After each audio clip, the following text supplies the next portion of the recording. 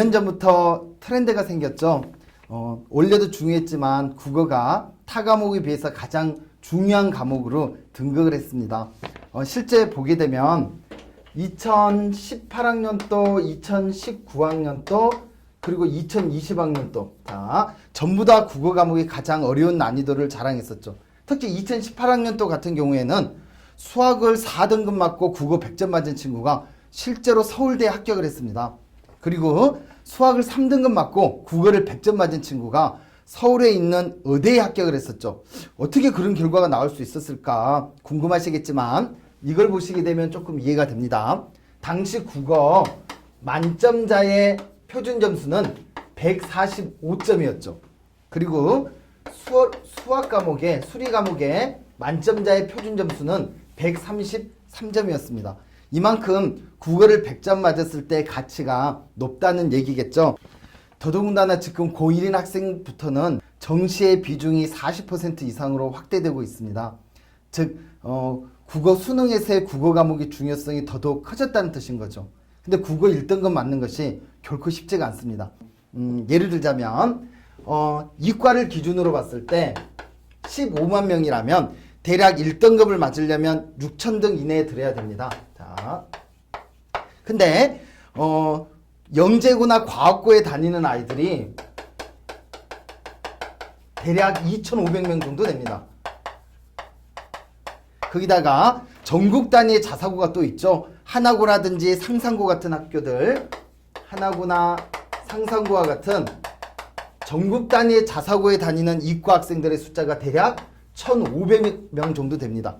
그리고 강남권에 있는 자사고들이 있거든요. 휘문고라든지 이렇게 서초구에 있는 강남권 단위의 자사고 다니는 학생들이 대략 1,000여 명이 됩니다. 자, 그러면 요 숫자만 그냥 단순하게 계산해봐도 5,000명이죠. 자, 그러면 실질적으로 이과에서 국어 1등급을 맞기 위해서는 6,000등 안에 들어야 되는데 대략 이런 친구들의 숫자가 5,000명 정도 된다는 얘기는 지방에서 거의 1등을 해야만 국어 과목에서도 1등급을 맞을 수 있다라는 거, 이런 실제로 맞는다는 게 결코 쉽지 않다는 것을 수치에서 보여주고 있습니다.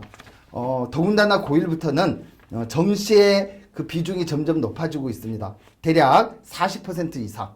즉 제가 고등학교 다닐 때만 해도 실제로 일반 고등학교에서 서울대 들어가는 학생들의 숫자가 한 20여 명?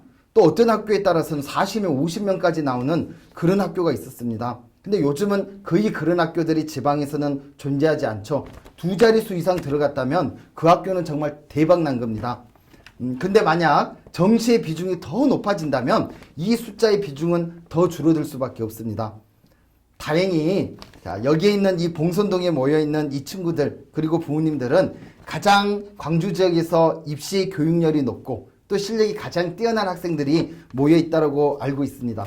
특히 C&A 논술학원 같은 경우는 어린 시절부터 충실하게 독서 교육을 시켰고 논술 공부를 했기 때문에 조금만 수능식 공부를 전복시킨다면 굉장히 커다란 성적의 향상을 보일 수 있는 그런 곳이라고 생각을 합니다. 제가 생각할 때 수능에서 국어 점수를 올릴 수 있는 방식은 개념과 원리를 정확하게 알고 출제 포인트를 이해하는 것, 이게 가장 중요하다고 생각합니다. 문학도 마찬가지고 독서도 마찬가지입니다. 여기를 한번 보시죠. 자, 문학에서 긴장감이라는 용어가 있습니다. 사실 카메라 한 대만 보고 제가 이렇게 말하고 있는 저도 지금 약간 긴장을 하고 있는데요. 오늘 집에 가시면, 댁에 가시면 자녀분들에게 한번 물어보십시오. 얘들아, 시적 긴장감이 뭐니? 이렇게. 아마도 대부분의 아이들이 대답을 못할 겁니다. 문학에서 말하는 긴장감이라는 것은 뭔가 익숙하지 않아서 생기는 낯섦, 이걸 가리켜서 긴장감이라고 얘기를 하죠. 자, 긴장감이란 익숙하지 않아서 생기는 낯섦, 자, 이걸 긴장감이라고 얘기합니다. 자, 그렇다면 예를 들자면 시적 긴장감이라고 한다면 이 시적 긴장감이라는 것은 일상의 언어와 시에서 쓰는 언어가 다르기 때문에 생기는 긴장감이라고 얘기할 수 있겠네요. 또 다시 얘기한다면 시적 긴장감이라는 것은 시에서 쓰이는 모든 표현 수단이 바로 시적 긴장감이라고 얘기할 수 있는 겁니다. 예를 들자면 반어법, 역설법, 비유법, 도치, 시간의 순서를 바꾸는 역순행, 이 모든 시에서 쓰이는 요소들이 전부 다 바로 시적 긴장감이 되는 것이죠. 자, 소설도 마찬가지입니다. 소설에서 쓰는 극적 긴장감이라는 말도 마찬가지로 독자에게 호기심을 불러일으킬 수 있는 일상의 언어와 다른 소설적인 언어들, 이것들을 가리켜서 극적 긴장감이라고 얘기할 수 있겠네요. 자, 이런 식으로 정확하게 개념과 원리를 이해하는 것이 수능에서는 무엇보다도 중요합니다. 독서도 마찬가지입니다.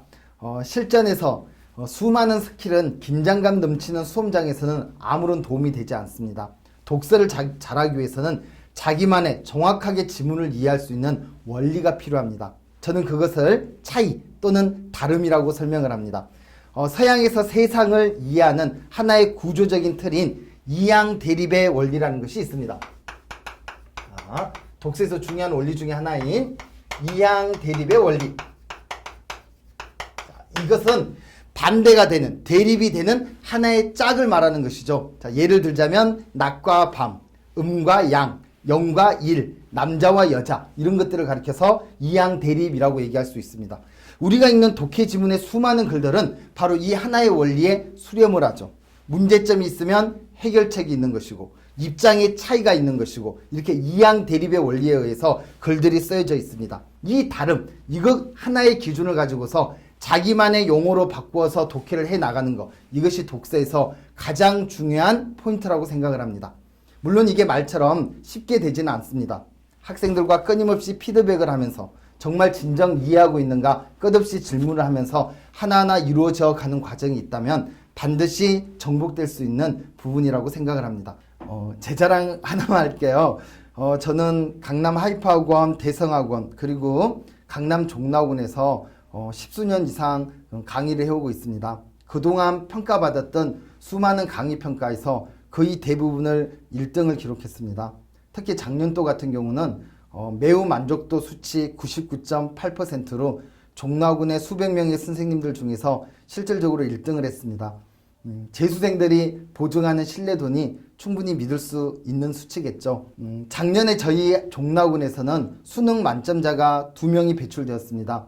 그 중에 한 명의 학생이 학원 홍보 영상을 찍었는데 그 홍보 영상의 앞부분에 저의 이름이 언급되어 있습니다.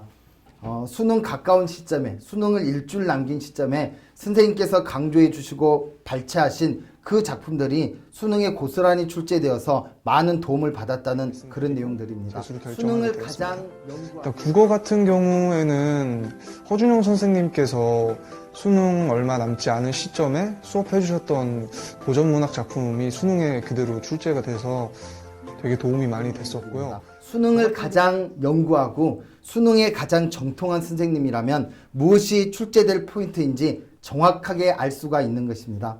저는 내신 교육을 하면서도 단순히 내신적으로 그 작품, 그 독서 지문을 가르치는 것이 아니라 수능과 어떻게 연계되어서 수능에 어떻게 출제되었고 어떤 원리로 출제될 수밖에 없는 것인가를 아이들과 함께 나누고 싶습니다. 독서도 정말로 이해하는 그런 수업을 하고 싶습니다.